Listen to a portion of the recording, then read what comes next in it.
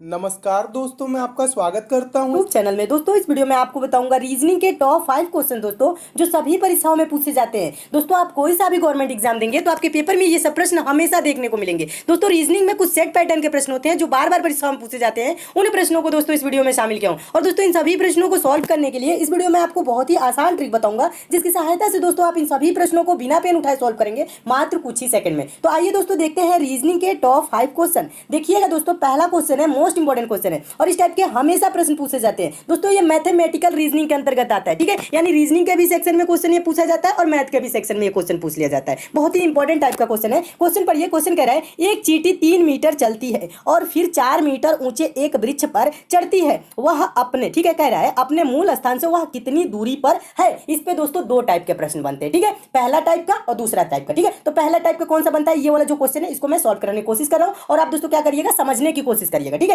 देखिए कह रहा है एक चींटी 3 मीटर चलती है। क्या होता है दोस्तों, एक चींटी 3 मीटर चलती है। यानी मान लेंगे दोस्तों चींटी इस पॉइंट से चल रही है, कितना मीटर चली है दोस्तों, 3 मीटर चली है और फिर 4 मीटर ऊंचे वृक्ष पर चढ़ती है। ये वृक्ष मान लेंगे दोस्तों 4 मीटर का है। कितने मीटर का है, 4 मीटर ऊंचे वृक्ष पर चढ़ जाती है। और प्रश्न अब क्या पूछ रहा है, प्रश्न देखिए पूछ रहा है अपने मूल स्थान से वह कितनी दूरी पर है। मूल स्थान यानी कि ये वाला है, यहाँ पे जहां से चलना स्टार्ट किया है और यहाँ पे पूछ रही है वह कितनी दूरी पर। तो ये दूरी कहने का मतलब ज्यादातर स्टूडेंट क्या करते हैं, जोड़ लेते हैं। 3 मीटर चली इधर, 4 मीटर चली इधर, 4 3 क्या हो गया दोस्तों 7, और 7 मीटर आंसर देखते हैं तुरंत टिक कर देते हैं और आंसर गलत हो जाता है। ये ऐसा प्रश्न ये नहीं पूछ रहा है। प्रश्न अगर जो पूछता वह कुल कितनी दूरी चली, तब तो इसका आंसर हो जाता 7 मीटर। पहला टाइप का ये प्रश्न बनता है, वह कुल कितनी दूरी चली। इतना आसान तो पूछेगा नहीं पेपर में। ये क्या पूछता है दोस्तों, वह मूल स्थान से कितनी दूरी पर है। यानी कि ये वाला दूरी पूछ रहा है। ये वाला जो दूरी देखिए, जो मैं रेखा खींच रहा हूं ना, ये वाला दूरी पूछ रहा है, यहां से यहां तक की दूरी कितनी है, ये चीज पूछता है। तो दोस्तों जब ये पेड़ पे चढ़ी है तो यहाँ पे क्या हो गया दोस्तों, 90 डिग्री का एंगल बन गया है। कहने का मतलब है दोस्तों ये 4 है ना, ये लंब है और ये आधार है, और 90 डिग्री के सामने वाला ये जो दोस्तों एंगल है, ये क्या है दोस्तों, कर्ण है।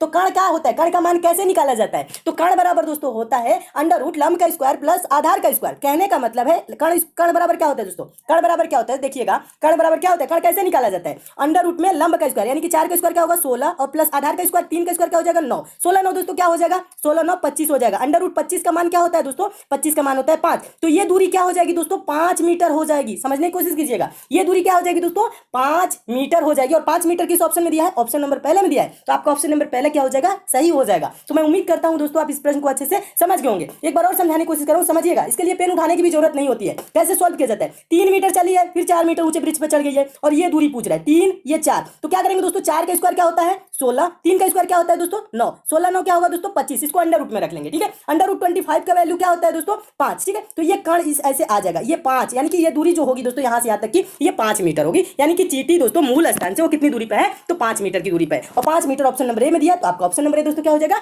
सही हो जाएगा। और इस टाइप के दोस्तों हमेशा प्रश्न पूछे जाते हैं। तो मैं उम्मीद करता हूं दोस्तों इस प्रश्न को आप बहुत ही अच्छे तरीके से समझ गए होंगे। अगला क्वेश्चन देखिएगा, दूसरा क्वेश्चन है।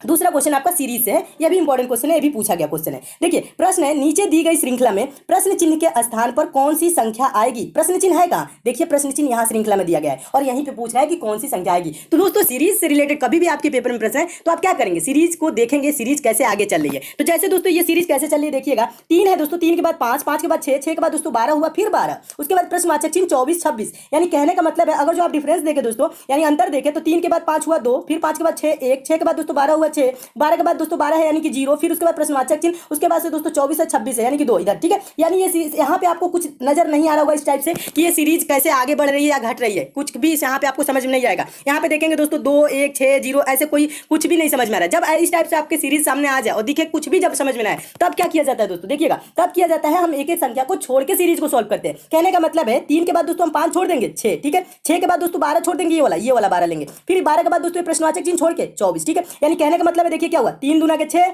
6 दूना के 12, 12 दूना के 24, यानी क्या हो रहा है मल्टीप्लाई 2 हो रहा है, यानी कि 2 गुना हो रहा है। 3 दूना के 6, 6 दूना के 12, 12 दूना के 24, ठीक है। अब देखिए अब क्या करेंगे, दूसरा जो बचा है बीच वाला उसे हम लेके चलेंगे। कहने का मतलब है 5 के बाद दोस्तों 12 हुआ, यानी क्या हुआ है दोस्तों 5 के बाद 12, यानी कि यहाँ पे मल्टीप्लाई नहीं हो रहा है, जुड़ा है। कितना जुड़ा है दोस्तों, 5 में 7 जोड़ेंगे तो 12 हो जाएगा, यानी 7 जुड़ा है। 12 के बाद दोस्तों क्या होगा, इसमें भी 7 अगर जो जोड़ दे तो यहाँ पे दोस्तों क्या हो जाएगा 19 हो जाएगा। और 19 के बाद दोस्तों 7 जोड़ दे तो क्या हो जाएगा दोस्तों 26 हो जाएगा, और 26 यहाँ पे दिया हुआ है। तो यहाँ पे प्रश्नवाचक चिन्ह पे भारी जाने वाली संख्या क्या हो जाएगी? 19 हो जाएगा। और 19 किस ऑप्शन में दिया है? तो ऑप्शन नंबर पहले में दिया है, तो आपका ऑप्शन नंबर पहले दोस्तों क्या हो जाएगा? सही हो जाएगा। तो इस टाइप से सीरीज आपको एकदम अच्छे से समझ में आ गई होगी और ये सीरीज कैसे चली है पूरा आपको क्लियर हो गया होगा। तो मैं उम्मीद करता हूं दोस्तों आप इस प्रश्न को बहुत ही अच्छे तरीके से समझ गए होंगे। क्या किया जाता है दोस्तों, जब सीरीज ना समझ में आए तो एक एक संख्या को छोड़ के सॉल्व किया जाता है, तब सीरीज समझ में आने लगती है। ठीक है, और इसका आंसर क्या हो जाएगा? 19 हो जाएगा। नेक्स्ट क्वेश्चन देखिएगा, तीसरा क्वेश्चन। और दोस्तों मैं आपको बता दूं, प्रश्न सॉल्व करने से पहले क्या किया करिए, वीडियो को पॉज कर दिया करिए, अपने आप से भी सॉल्व करने की कोशिश किया करिए। ठीक है, अपने आप से सॉल्व करने की कोशिश करेंगे तो आपके अंदर सोचने समझने की शक्ति विकसित होगी।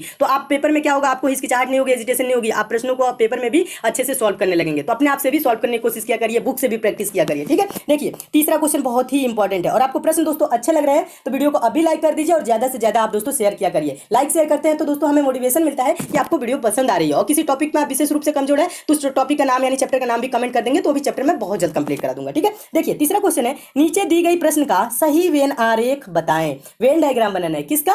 घोड़ा बंदर बाघ। ठीक है दोस्तों, वेन डायग्राम से रिलेटेड आपके पेपर में कभी भी प्रश्न आएगा तो आपको ये करना क्या होता है, वेन डायग्राम से रिलेटेड जो शब्द दिए जाते हैं यानी जिसके बीच आपको वेन डायग्राम बनाना होता है। जैसे इसमें घोड़ा दिया है, बंदर दिया है, बाघ, इसके बीच दोस्तों हम देखते हैं कि संबंध कैसा है, एक दूसरे के बीच ये एक दूसरे से कैसे संबंधित है, बस ये चीज पता लगा लेंगे तो इसका आंसर भी आप दे लेंगे। ठीक है, तो देखिए घोड़ा क्या होता है दोस्तों, बंदर क्या होता है, बाघ क्या होता है। देखिए और ज्यादातर स्टूडेंट क्या सोचते हैं, देखिए बड़ा छोटा सोचने लगते हैं, यानी कि घोड़ा बड़ा होता है उसके अंदर क्या कर लेते हैं दोस्तों, बाघ को कर लेते हैं, उसके बाद बंदर कर लेते हैं, ऐसे वेन डायग्राम नहीं। ये आपको बड़ा छोटा नहीं पूछ रहा है, वेन आरेख पूछ रहा है, यानी कि वेन डायग्राम पूछ रहा है, यानी इसके बीच संबंध पूछ रहा है। तो इसका इमेज ऐसे नहीं होगा, ऐसे गलत हो जाएगा। देखिए ये घोड़ा क्या होता है, बंदर क्या होता है, बाघ क्या होता है। घोड़ा दोस्तों एक जानवर होता है, बंदर भी एक जानवर होता है और बाघ भी क्या होता है दोस्तों, एक जानवर होता है। ठीक है, और ये सब अलग अलग होते हैं, इनमें किसी प्रकार का रिलेशन नहीं होता है, यानी संबंध नहीं होता है। तो एक देखिए सर्कल कैसे बनाएंगे और इसको सर्कल से प्रदर्शित किया जाता है। तो एक घोड़ा का सर्कल हो जाएगा, फिर एक बंदर का सर्कल हो जाएगा और एक बाघ का सर्कल हो जाएगा, यानी अलग अलग इसका सर्कल हो जाएगा। ठीक है, तो दोस्तों इस टाइप से अलग अलग सर्कल देखिए किस ऑप्शन में दिया है, तो आपका देखेंगे दोस्तों ऑप्शन नंबर बी देखेंगे तो ऑप्शन नंबर बी में दिया है अलग अलग सर्कल। ठीक है, तो ऑप्शन नंबर बी क्या हो जाएगा, सही हो जाएगा, यानी इनके बीच कोई संबंध नहीं होता है, ये सब अलग अलग जानवर है। तो इस टाइप का वेन डायग्राम किस टाइप से बनेगा, ऑप्शन नंबर बी की तरह। तो आपका ऑप्शन नंबर बी दोस्तों क्या हो जाएगा, सही हो जाएगा।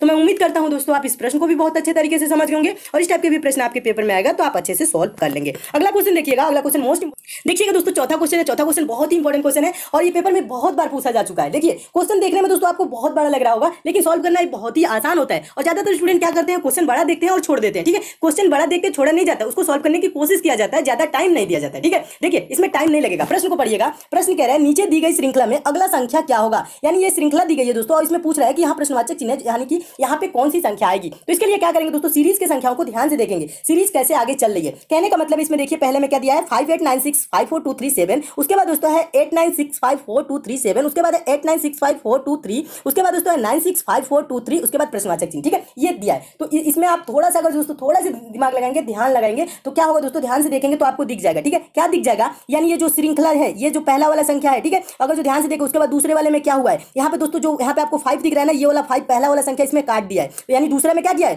5 को नहीं लिखा है, 5 को नहीं लिखा है, 8 से स्टार्ट किया है और यहाँ तक लिखा है 89, देखिए लिखा है ना 89654237, ये लिखा है ना 89654237, ये चीज लिखा हुआ है। ठीक है, अब आगे क्या किया है दोस्तों, आगे देखिएगा, आगे देखिए दोस्तों 896 लिखा है, 5423 तक लिखा है, 7 को नहीं लिखा है। समझ रहे ना, कर क्या रहा है, यानी कि पहले वाले में क्या किया, पहला संख्या हटा दिया, दूसरे वाले में क्या किया, लास्ट वाला हटा दिया, तीसरे वाले में क्या किया दोस्तों, देखिए तीसरे वाले में क्या किया है, आगे देखिएगा, यहाँ पे तीसरे वाले में क्या किया है, यहाँ पे लास्ट वाला ही संख्या को इसको जब हटा दिया है, फिर चौथे वाले में क्या किया, ये चीज देखिएगा, ध्यान से देखिएगा, एक बार और समझाने की कोशिश करो। पहले वाले में पहले में क्या किया, दूसरे वाले में क्या कर दिया दोस्तों, ये वाला पहला 5 को हटा दिया और पूरा लिख दिया। ठीक है, यानी कि यहाँ पे इतना लिख दिया, फिर इसमें क्या किया दोस्तों, 7 को हटा दिया, यानी कि लास्ट वाले को हटा दिया और इतना लिख दिया। उसके बाद दोस्तों चौथे वाले में क्या किया है, चौथे वाले में देखेंगे दोस्तों, ये चौथे वाले में क्या किया है, यानी कि 8 को हटा दिया है, ये वाला 8 को हटा दिया है और पूरा लिख दिया है। और लास्ट वाले में दोस्तों क्या किया है, लास्ट वाले में देखने की कोशिश करेंगे, देखिए अब इसके बाद से क्या करेंगे, यानी कि 8 को हटा दिया है, 9654, ये देखिएगा 965423 लिख दिया है। उसके बाद दोस्तों हम लास्ट वाले यानी जहां प्रश्नवाचक चिन्ह यहाँ पे क्या होगा आपको बताना है। ठीक है, समझने की कोशिश कीजिए, एक बार और समझाता हूं। यहाँ पे 5 काट दिया है, दूसरे वाले में यहाँ पे 5 काट के